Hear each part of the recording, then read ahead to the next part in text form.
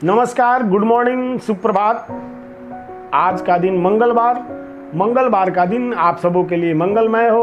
मंगलवार का मतलब मार्स प्लैनेट से है। मार्स प्लैनेट का कलर रेड है। आज का छोटा सा शब्द है रोजी रोटी, मतलब काम धंधा अर्थात प्रोफेशन।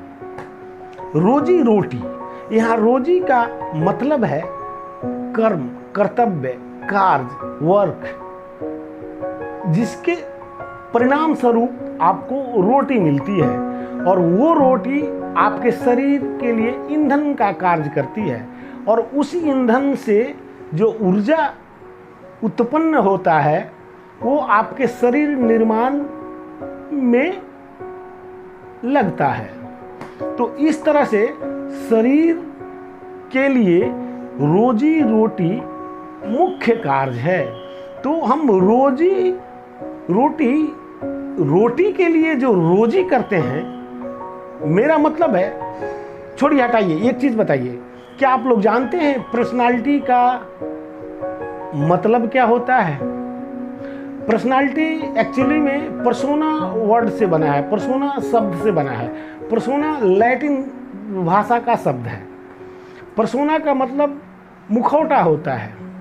मुखौटा का मतलब आप तो समझते ही हैं, जैसे कहीं रामलीला हो रहा हो तो आपने राम जी का मुखौटा लगाया, कोई कलाकार राम जी का मुखौटा लगा करके राम जी का किरदार अदा करता है, कोई किसी ने सीता जी का मुखौटा लगा लिया और वो सीता का रोल वहाँ किया। तो ये मुखौटा है जो अस्थाई है, परमानेंट नहीं है, अस्थाई नहीं है, वो अस्थाई है। जो सिर्फ एक स्टेज पे रामलीला हो या अन्य किसी तरह का ड्रामा या फिल्म, उसमें ये मुखौटा काम करता है कि आप भिन्न प्रकार के अपने चेंज करते हैं एक्टिविटीज़ को और तरह तरह से लोगों का मनोरंजन करते हैं। तो वहाँ मुखौटा मायने रखता है और उस मुखौटे को लैटिन भाषा में पर्सोना कहा जाता है और उस पर्सोना से ये पर्सनालिटी बना है। अब सबसे बड़ी चीज, पहले हम किसी चीज के जड़ में नहीं जाते, हम सोचते नहीं, जस्ट सर दर्द हो रहा है, बस एक दवाई खरीद के आपने खा लिया, सर दर्द ठीक हो गया। लेकिन कभी ये भी ध्यान देना चाहिए, आखिर ये सर दर्द हुआ क्यों? अगर थोड़ा सा उसके बारे में भी सोच लें तो ये दवाइयों की संख्या कम हो सकती है।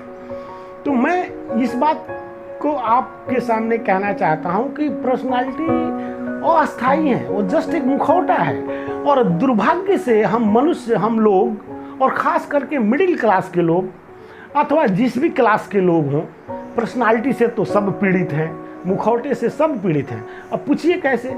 जब हम जन्म लेते हैं तभी से हमारे ऊपर एक पर्सनालिटी, एक मुखौटा चिपका दिया जाता है। वो मुखौटा आपके समाज के द्वारा हो, आपके समुदाय के द्वारा हो, आपके पिताजी के द्वारा हो, आपके परिवार के द्वारा हो, आपके दादा के द्वारा हो, या आपके जाति से संबंधित हो। बस जस्ट एक मुखौटा, पर्सनालिटी। और उसके साथ हम जन्म से ही हमारे परिवार में ब्रेन वॉश किया जाता है उस मुखौटे के बारे में, उस पर्सनालिटी के बारे में, को जिंदगी भर ये जीवन नरक की तरह लगने लगता है। और हम अपने मूल वस्तुतः मुख्य दुख का कारण ये मुखौटा भी है। इसके परसेंटेज ज़्यादा है, मैं समझता हूँ 85% से ऊपर ऐसा है जो हम लोग 85 क्या 95 कहें तो भी कोई दिक्कत नहीं है, क्योंकि 95% तक लोग मुखौटे के कारण पीड़ित हैं। और जो अपना जीवन है, जो अपनी दिनचर्या है, एक रिपीटेशन में लगे हुए हैं, वही बकवास जिससे कहीं कुछ नहीं होता, रोज चले तो 2.5 कोस, उससे ज़्यादा कुछ नहीं हुआ, वही वाली स्थिति। तो व्यर्थ का बकवास में पड़े रहने से क्या फ़ायदा है? मैं कहता हूं दोस्तों, इसको अन्यथा नहीं लीजिएगा। मैं कोई बड़ा आतिशमार खा नहीं हूं, मैं कोई बड़ा बिजनेसमैन नहीं हूं। मैंने आपको एक बात कही थी, आप किसी भी वर्ष के हो, कितने भी उम्र आपके क्यों नहीं हो, आप 55 के हो, 65 के हो, 45 के हो, 35 के हो, जो भी उम्र हो आपके, बस मेरा मतलब है जब जागे तभी सवेरा। अब मैं अपने विचारों को आपके बीच शेयर इसलिए करता हूँ कि मुझे लगता है कि मेरे कुछ विचार अच्छे हैं जो किसी के काम आ सकते हैं, अथवा आपके जीवन में, अथवा आपके इस शरीर के जो हमारे इस समाज से संबंध हैं और जिस मुखौटे से हम पीड़ित हैं उसको जागरूक करना, उस पर आपका ध्यान कंसंट्रेट करना, उस पॉइंट को आपको बताना। अगर आपको लगता है कि कोई मेरी बातें अतार्किक है अथवा वो पॉइंट नहीं बनता तो आप बेशक मुझे कह सकते हैं किसी भी माध्यम से, फ़ोन के माध्यम से, मैसेज के माध्यम से, अथवा जैसे भी। लेकिन मेरा मुख्य उद्देश्य यही है कि मैं जागा तो 4 लोगों को और जगाऊं। मैं उस तरह के सोने वालों में से हूँ जो 10 आदमी मान लीजिए ग्रुप में सोया है, कोई एक पहला जगता है, अथवा मैं पहला जगने का मतलब मैं धरती पर पहला नहीं हूँ, मैं तो अनंतों अनंत लास्ट की सीढ़ी पर हूँ, मुझे तो कुछ आता भी नहीं। लेकिन मैं सोचता हूँ कि मैं जग गया, अगर ये 9 लोग सोए हुए हैं और जगने का वक्त हो गया है तो मैं जगकर मेरा धर्म बनता है, मेरा फर्ज बनता है कि मैं जैसे जगा वैसे आप सबों को जगाऊं। बस यही मेरी थोड़ी सी छोटी सी अपील है। तो दोस्तों, मुखौटों के साथ जीना छोड़ दीजिए। पर्सनालिटी को कभी अपना ईगो मत बनाइए, कभी उससे अटैच मत होइए। ठीक है, मेरे पिताजी पंडित थे, अथवा मेरे पिताजी बिजनेसमैन थे, अथवा मेरे पिताजी शिक्षक थे, अथवा मेरे पिताजी पुलिस में थे, अथवा मेरे पिताजी नेता थे, अथवा मेरे पिताजी किसान थे, कुछ तो थे। तो जरूरी नहीं है कि आप भी वही बन जाओ। और यहाँ 99% लोग वही बनने के रास्ते पर हैं और वही बनते भी हैं। तो आप बताइए कि जिस प्राणी को, जिस जीव को या किसी पक्षी को उड़ने की स्वभाव है, वो उड़ ही सकती है, वो पानी में तैर नहीं सकती, और उसको कहा जाए कि तुम पानी में तैरो क्योंकि तुम्हारे पिताजी पानी में तैराक थे, तो क्या उनका बेटा भी वैसा ही तैराक होगा? क्या पीटी उषा का बेटा या बेटी भी पीटी उषा की तरह धावक हुए? तो ये जरूरी नहीं है कि आप किसी मुखौटे से चिपको। आपका तो कोई मुखौटा नहीं है, आप तो एक मनुष्य हो, और मनुष्य से बड़ा मुखौटा जो परमात्मा ने आपको दिया है, जो इस तरह का रंग रूप, इससे बड़ा मुखौटा और हो ही क्या सकता है दोस्तों। तो इस मुखौटे के साथ जियो, सच्चाई के साथ जियो, और रोजी रोटी तो कोई मतलब नहीं है यार। ये जानवरों को देखिए, बिल्ली, कुत्ते, किसी गधा, किसी को देखिए, एक छोटा सा केंचुआ को देखिए जो जमीन पे मिट्टी खाता है, मिट्टी में रेंगता है, उस केंचुए के पास आप सोच सकते हैं कि हम लोगों से ज़्यादा दिमाग है? नहीं, उसके पास मैं समझता हूँ दिमाग नहीं है। हाँ, बस उसके जीवन के लिए उसकी दिमाग पर्याप्त है, और वो अपने जीवन को भी हमारे तरह ही संभालना जानता है, और वो जिस पोजीशन में है आनंदित और खुश है क्योंकि उसका दिमाग बड़ा नहीं है। और हम मनुष्यों के पास जो हम एक विकास की अवस्था है, अगर अभी तक देखा जाए तो जीवों में, प्राणियों में मनुष्य सबसे, जीवों के विकास का सबसे शिखर, सबसे सर्वोत्तम, सबसे ऊपर वाला पैदान है। जब ऊपर वाला पौधान है और हम मनुष्य इतने शानदार दिमाग के साथ पैदा हुए, तो सिर्फ रोटी के लिए हम अपने जीवन को अर्पित कर दें, अपने जीवन को की लगानी कर दें। आपके पास 10 कट्ठा खेत हो, 400 एकड़ जमीन हो, अथवा 4 एकड़ जमीन हो, अथवा नहीं हो, आपके पास 4 एकड़ जमीन होता है, 1 एकड़ 2 एकड़ बेच देते हैं, आप सेल कर देते हैं और उससे अपना खर्चा चलाते हैं, अथवा कोई बिजनेस व्यापार करते हैं। और वो जो 1 एकड़ 10 एकड़ 20 एकड़ 200 एकड़ जो जमीन आपके पिताजी अथवा दादाजी ने कोई ना कोई तो खरीदा था अपने लाइफ में। ज़मीन बेचने वाला भी चला गया, ज़मीन खरीदने वाला भी चला गया, ज़मीन वहीं का वहीं है। तो कितना भी एकड़ आप खरीद लो, डिपेंड उस पर नहीं करता कि आप कभी भी खरीद सकते हो। तो आपसे बड़ा ये ज़मीन और ये प्रॉपर्टी और ये पैसे और ये सोने चांदी और गहने या सरफियाँ नहीं हुई।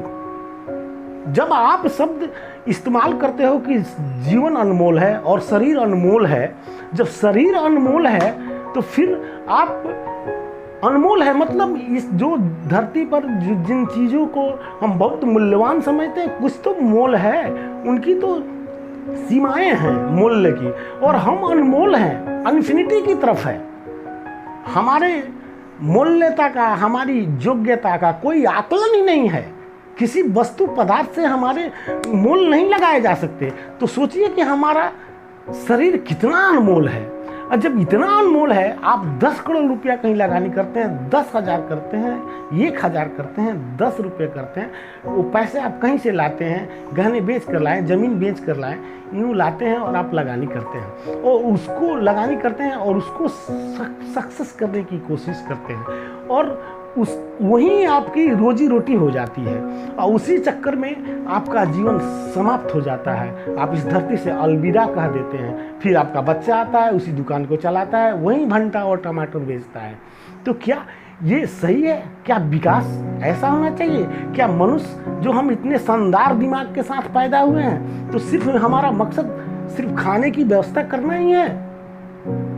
नहीं, खाने की व्यवस्था करना नहीं है, सिर्फ रोजी रोटी नहीं है। रोजी रोटी तो कोई मुद्दा ही नहीं है। रोजी रोटी तो जैसे भी चल जाता है यार। जब ये केचुआ, एक मक्खी जिसके पास दिमाग नहीं, एक चींटी, वो भी अपना रोटी चला लेती है, तो क्या हम मनुष्य इतना शानदार और इतना सुंदर दिमाग होने के बाद सिर्फ रोजी रोटी पर ही अपने शरीर की लगानी कर देंगे एक दुकान को चलाने में? जी नहीं, यही तो सबसे बड़ा गलत है। यही तो मूर्खतापूर्ण समझ है, सही समझ नहीं है। अगर सही समझ हो तो इस शरीर की लगानी वहाँ करो जहाँ जब तुम मृत्यु को प्राप्त हो जाओ तो तुम्हें कोई अफसोस ना रह जाए कि मेरी लगानी गलत हुई। और जब अपने शरीर की लगानी कर दोगे, शरीर की लगानी करने का मतलब ये, आप जितने भी नश्वर चीज़ें देखते हैं, जितनी प्रैक्टिकली आपको आँख से ये पदार्थ आपको दिखाई देते हैं, वस्तुएं, उस शरीर की लगानी उससे मतलब नहीं है। शरीर की लगानी जो इस तुम यूनिवर्स के हिस्सा हो, इसमें लगानी कर दो, बस उसके भरोसे छोड़ दो और अपने कर्म करते चले जाओ कि तुम मृत्यु को प्राप्त भी हुए तो तुम्हें अफसोस नहीं रहे कि हमारी। क्या आप विचार करिए कि जब आप मृत्यु को प्राप्त होंगे या जब आपकी अवस्था मृत्यु के करीब पहुंच जाएगी, ये तो कोई नहीं जानता, एक जवान और एक बच्चा भी मृत्यु के करीब है कि दूर, लेकिन एक हम अपने विचारों से एक ऐसी संभावनाएं व्यक्त कर सकते हैं कि आप उस उम्र में अभी के जो आपके लगानी है, वो लगानी उस समय आपको काम आते हैं। अब सवाल है कि आपकी लगानी किस तरह के हैं। तो आप जो, मेरा मतलब है कि जो शरीर की लगानी होनी चाहिए, जो रोजी का हमें प्रबंध करना चाहिए, वो प्रबंध इस तरह से हो कि समाज के लिए हितकारी हो, समाज के लिए हितकारी होगा, आपके लिए हितकारी होगा, और फिर आप करते चले जाएंगे तो सिर्फ रोटी की ही व्यवस्था नहीं होगी, उससे भी ज़्यादा कुछ जीवन उपार्जन की भी व्यवस्था होने लगेगी। आपको जीवन के उद्देश्य के प्रति आप समर्पित होने लगेंगे।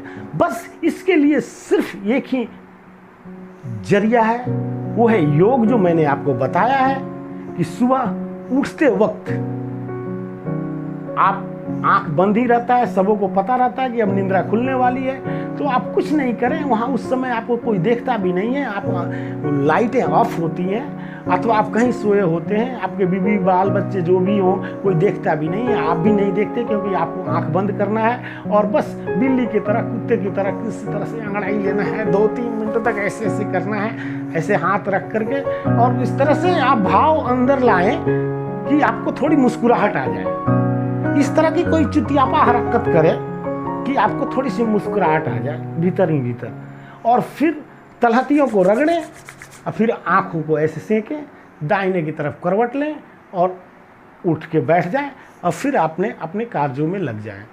और दूसरा आसन, जो दिन में कभी किसी वक्त बैठते वक्त ये ध्यान रहे कि मेरी रीढ़ की हड्डी सही है। देखिए, आपको हर तरह से फ़ायदा होगा। ये 2 दिन पहले दिन से ही समझ आने लगेगा कि सचमुच इसके क्या फ़ायदे हैं। बस कुछ नहीं करना है हम लोगों को, सिर्फ अपने आप को, आप जहाँ से आए हैं, जिसके लिए हैं, जो आपके साथ है, जहाँ प्रत्येक पल आप किसी कार्य के मोहताज नहीं है कि आपके मन में आए तो आप करेंगे। वो तो प्रतिपल जो सृष्टि का जो रचना है, जो सृष्टिकर्ता है, जो सृष्टा है, वो सब पल पल आपके साथ घटित हो रही है। आप ऊपर से समझ पाए या नहीं समझ पाए, ये इसका ये मतलब नहीं रखता। आपको समझना नहीं समझना ये तो आपके समझ में होना चाहिए। आप जितने समझदार होंगे, आपकी समझ जितनी परिपक्व होगी, आप उतने ही परम तत्व के करीब होंगे। और जब परम तत्व को समझने लगेंगे तो रोजी रोटी कोई नाम की कोई चीज़ नहीं रह जाती दोस्तों। रोजी रोटी तो कोई बड़ी चीज़ नहीं है, बशर्ते आप अपने मुखौटे को उतार फेंको और आप जो हो उसी रूप में अपने सबों के सामने उपस्थित हो जाओ। इसके लिए आप न परिवार की फिक्र करो, न समाज की फिक्र करो, लजाओ मत, शर्माओ मत, पागल बन जाओ। जो तुमको इच्छा है वो करने लगो। देखो कामयाबी तुम्हारी चरण नहीं चूमती है तो फिर कहना कि किसी मनोज नाम के आदमी ने इस तरह की बातें की थी। डेफिनेटली अभी तक आप किसी भी अध्ययन को करो, किसी महात्मा का प्रवचन सुनो, कुछ भी करो, सबों का गुणार्थ एक ही है, राइट अंडरस्टैंडिंग, सही समझ। और सही समझ किताबों से नहीं आती, माफ कीजिएगा दोस्तों। किताबें तो किसके विचार हैं, किसी ने लिखी हैं। और किताब पढ़ने के लिए तेज आदमी नहीं होता। सॉरी, मेरा मतलब ये नहीं है कि किताब पढ़ने वाले लोग तेज नहीं होते। मतलब ये है कि किताबें तो एक नॉर्मल भेजे वालों के लिए लिखी गई है कि पढ़ करके समझे। कुछ एक्स्ट्रा ऊपर चला जाए तो किताबें भी छोटी लगती हैं। तो आपके अंदर ये जो यादाश्त है, आप इस पहली बार इस जगत में नहीं आए हैं, आप तो सदियों से हैं और रहेंगे मूल तत्व के रूप में। तो ये यादाश्त जो है वो कोडेड है आपके बॉडी के अंदर, बस उसे खोलना है। खोलने के लिए ये दो साधनों, एक योग और एक आसन को कर रहा है, बस दो ही करिए, फिर देखिए आपको मुझसे मिलने का भी मन करने लगेगा। और दोस्तों कुछ नहीं, बस ये दो कीजिए, पर्सनालिटी को उतार फेंकिए, जो मन में लगता है वही कीजिए। बस ये ध्यान हो कि आपके मन में कुछ गलत तो नहीं लग रहा है जिससे दूसरे को नुकसान हो जाए। आपका इस चीज़ का ध्यान रखना चाहिए कि मन में जो लगे, मतलब मुझे खुशी हो रही है, आनंद महसूस हो रहा है और हमारे इर्द गिर्द सभी लोगों को खुशी महसूस हो रही है, वो अच्छा है, उसके प्रति जवाबदेह हैं और वो आपका सही मुखौटा है, वो आपकी सही पर्सनालिटी है। और उस पर्सनालिटी के साथ जियो, फिर देखो आपकी जय ही जय होगी। दोस्तों आज के लिए बस इतना ही, कल फिर मिलूंगा, तब तक दीजिए मुझे इजाज़त। धन्यवाद।